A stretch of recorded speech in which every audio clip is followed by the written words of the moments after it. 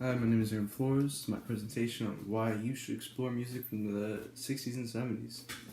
So, starting off, I always try to get into new music, always try to find new music, but anything past like the 90s, it's very hard for me to find music that I enjoy because I'm just so out of touch with modern music. But on the other hand, music from the 60s and 70s, I've been listening to it for my whole life, so I got a large selection, hours and hours of music I can listen to from the 60s and 70s, and as old as it is, it just never gets old. Um, so now I'm hoping to inspire some of you to explore this music, but you might be wondering why the 60s and 70s, you know? Um, what what makes that so special, and why have you selected that essentially? So as time goes on, culture highlights certain genres. Right now, per se, it would be like rap. Early 2000s, it was pop. Um, and all that means is, as that's getting highlighted, there's also certain genres that are just dead now. Like, for example, jazz. Who's listening to jazz anymore? Not many people, because jazz is kind of dead. If you want to find some good jazz, I mean, depending on what kind of jazz you listen, I'm not a big jazz guy, but depending on what kind of jazz you listen to, you gotta go like to big band in like the 30s and 40s. You know, it's just an example, but also speaks to some of the genres I have up here, like R&B. I think R&B was much better in the 60s and 70s as it is now. Same thing with rock, definitely with rock. Rock is not the same as it used to be, and that's why if you ask people, do you like rock, they'll say no. They'll say no, I don't like rock, but perhaps they just haven't heard from the 60s and 70s, because what's up now is not necessarily all that genre has to offer. Um, to quote my man James here, the top tunes from the 70s feel incredibly diverse both in sound and content. Uh, it speaks for itself, but it's true. If you go back to the 60s and 70s and you listen to the top artists, not as many of them sound the same as artists nowadays. Like if you listen to two artists, you look up two random rappers per se, they're more likely to sound similar than artists back then. I like to call these factors the test of time. If it's still popular now, it's for a good reason. So like if you're hearing any like 60s or 70s music on the radio, there's probably a good reason for it. It's probably some quality music. Another factor into this is natural selection. To quote Ruggiero, 2014, uh, newer music doesn't have the benefit of this filtering, and its newness means it's less memorable, and the duds are still played right along with the songs destined to be classic.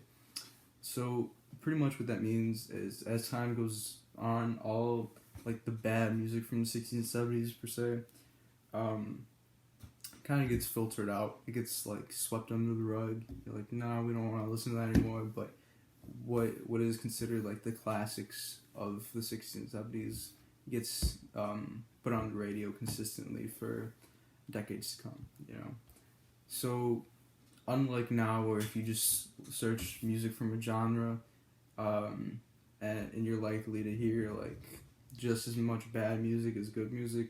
If you go back and you look up music from the 60s, 70s, you're more likely to find like a more consistent quality music. Uh, Next up, now that you've heard my reasoning for my selection of the 60s and 70s, you're probably wondering, alright, Aaron, what music though? Like, specifically, where do I start? You know, what genres? After all, the genres are so diverse from the 60s and 70s. So I've selected the genres. Pearson 2007 from the People History. I got thepeoplehistory.com. First genre I've selected is classic and psychedelic rock. First artist is Janis Joplin. And what I will say about these songs and how I've selected them, I've chosen three per artist, and two of them are most likely very different from the third. So Peace of My Heart, Summertime, very different from Bobby McGee. Those are Peace of My Heart and Summertime are a little like heavier, kind of psychedelic rock. Bobby McGee's a little more upbeat, lighter kind of rock. But Janis Joplin, very like diverse artist. You could even consider some of her stuff to be like country rock. Next we got the Rolling Stones, Painted Black, 1966, Miss You, 1978, and Beast of Burden, 1978. Rolling Stones have been around for almost ever. You know, these dudes ancient, still rocking it today. But Painted Black is one of those. It's a little thumpier, a little heavier. Miss You, 1970, Miss You and Beast of Burden, kind of on the same like love song vibes, but not really maybe what you would expect from when I say love song. It's 60s and 70s love songs are different from what they are now. So you gotta just go ahead and check that out for yourself, see what you like. Led Zeppelin, What Is and What Should Never Be, 1969, Since I've Been Loving You, 1971, and Going to California, 1971. Three great songs. What Is and What Should Never Be is a good example of just like straight up rock. Since I've Been Loving You is more on that blues, psychedelic rock. And Going to California is like the acoustic side of Zeppelin, where it's like more of just like melodic flow of guitar. And sometimes, depending on the acoustic song, it'll transition back into like that classic rock. Last but definitely not least, Jimi Hendrix, an absolute legend on the guitar. First song up is The Little Wing, 1967. It's a good example of like softer psychedelic rock, like smoother vibe. I would describe it as just like walking through the clouds. I mean, it's a good song. But Voodoo Child, Purple Haze, on the other hand, great songs, different vibes. It's heavy rock, hard rock, not to be confused with heavy metal. Especially since the difference in time, it's a completely different sound. So go check that out if you're interested in harder rock. Jimi Hendrix is a good example. Psychedelic rock, great example. Next genre we got up here is R&B and soul. Bill Withers, Ain't No Sunshine, 1971, Use Me, 1972, and Lean On Me, 1972. Ain't No Sunshine is a little more of a slower love song. Use Me is like a funkier, groovier, upbeat kind of song. Lean On Me, not as funky as Use Me, but still upbeat. Next up we got Etta James, Sunday Kind of Love, 1960, Stormy Weather, 1960, and I'd Rather Go Blind, 1968. I would say Etta James, not one of the most diverse artists up here, but still quality throughout. Otis Redding, I've Been Loving You Too Long, 1965, Cigarettes and Coffee, 1966, and Sit Down on the Dock Bay, 1968. Same thing with Etta James. A lot of his songs sound more similar, kind of like the same vibes,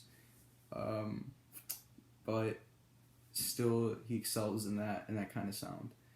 James Brown, I Got You, 1964, It's a Man's World, 1966, and Payback, 1973. James Brown, father of funk, we're gonna say, revolutionary for the time period. Moving on, honorable mentions, we got blues rock, B.B. King, Thrills Gone, Ghetto Woman. B.B. King, I gotta say, you gotta listen to him for instrumentals. If you're in it for vocals, go elsewhere. But B.B. King's legend on the guitar, but his lyricism is not what he's known for. I'll say that. Blues rock, Eric Clapton, I Shot the Sheriff, 1974, and Wonderful Tonight, 1977. Neither of those are necessarily blues rock, but Eric Clapton is definitely considered blues rock as his genre. Wonderful Tonight, kind of like a slow dance song. I Shot the Sheriff, 1974, is more of like an upbeat. Bob Marley did a cover of it, so that gives you an idea of what that might be like. Beatles, Don't Let Me Down, 1970, and Yesterday, 1965. There's a good point to be made here. Beatles, yes, they did make the song Yellow Submarine, but no, the Beatles are not just the Yellow Submarine. They got plenty of good songs, and depending on what you've heard, you may or may not have a misconception or two about them, so worth checking out, digging through all their music and seeing what you like from them. Folk rock, we got Bob Dylan. Now I know folk rock might be like, okay, I'm not doing that. but it's a unique sound, very different from anything we're hearing nowadays, and very different from a lot of the stuff that I even have up here from the 60s and 70s. He's great lyricist, great songwriter, really knows how to tell a story throughout a song. Check out Bob Dylan for sure. I got all the dates from allmusic.com as far as like when the songs were released, and I selected the genres from People History, and then the artists from retrowaste.com 2020. Alright, things to consider when exploring this music. Many of the mentioned artists sound very different from song to song. So when you're exploring, go ahead and don't just like click off that artist on the first bad song or first song you don't necessarily like. You gotta go through and find what sound from that artist that you like, because they do sound different over time. They try to like develop and create new sounds, so it's something to take into consideration. And reasonable expectations. Another thing is, like, even though the Rolling Stones are renowned legends of rock or whatever, they're still just humans, you know. They don't have they're not pumping out banger after banger.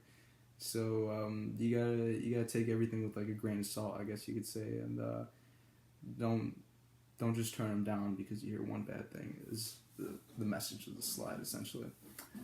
In essence, the 1960s and 1970s was revolutionary for music, but it resulted in the branching of multiple genres. And if you actually go back and you dig into some of those genres, there's a good chance you'll find some music you enjoy. 60s and 70s, the artists back then, really, really well known for diversity and just putting soul into every single note.